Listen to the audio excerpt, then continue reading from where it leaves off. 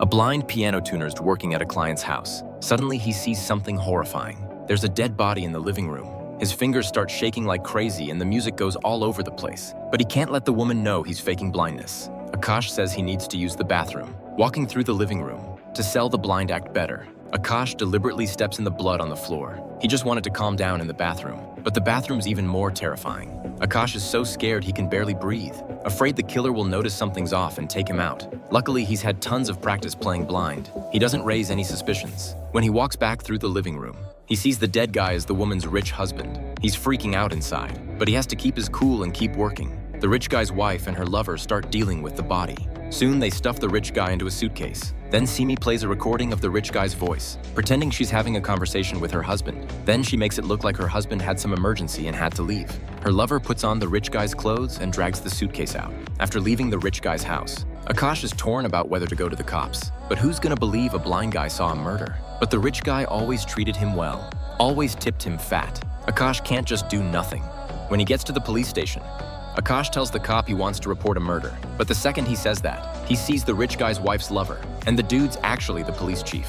Akash totally freaks out. Luckily, he thinks fast. He quickly explains his cat got killed, but the chief obviously doesn't buy it. He just killed the rich guy, and now the only blind guy at the scene shows up to report something. This makes him seriously suspect Akash is faking it. To test his theory, the chief decides to drive Akash home. Once they get to Akash's place, the chief spots today's newspaper. Akash explains the newspapers for cleaning up cat crap. The chief clearly doesn't believe him. He keeps testing Akash in different ways. He even pulls out a knife, aims it right at Akash's head and throws it. Luckily, Akash beats his fear. He doesn't slip up. The chief finally believes Akash is blind. Little does he know, he's gonna pay a heavy price for misjudging this. The next day, the rich guy's body gets found. According to the wife's made-up testimony, the cops think this was a robbery gone wrong, and Chief Manohar uses the rich guy's watch to frame some young guy. The young guy freaks out saying he's not the killer, but after Manohar tortures him, he's forced to admit he's the murderer. At the rich guy's funeral, Simi plays the perfect grieving widow, but their crime wasn't actually perfect. After the funeral, an old lady neighbor goes to the police because she caught Simi lying. She remembers before the rich guy came home, some strange man went into his house, and after the rich guy got home, that man never left the rich guy's house. This completely contradicts what Simi said. The old lady doesn't recognize the man, but she's sure if she saw him again, she'd definitely recognize him. The cop immediately questions Simi. Simi explains the old lady saw wrong.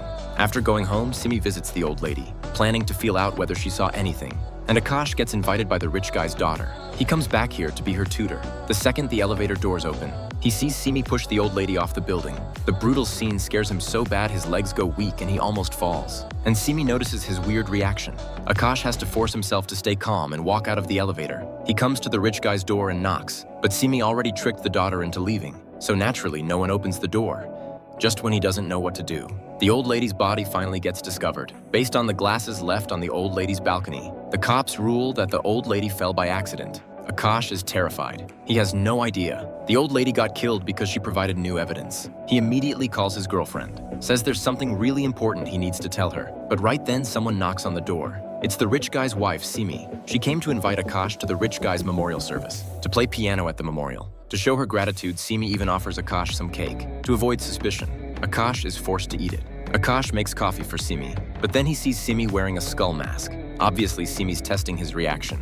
Luckily, his nerves are strong enough. He doesn't show anything unusual, but Simi still isn't reassured. While they're talking, she pulls a bottle of medicine from her bag and pours it straight into Akash's cup.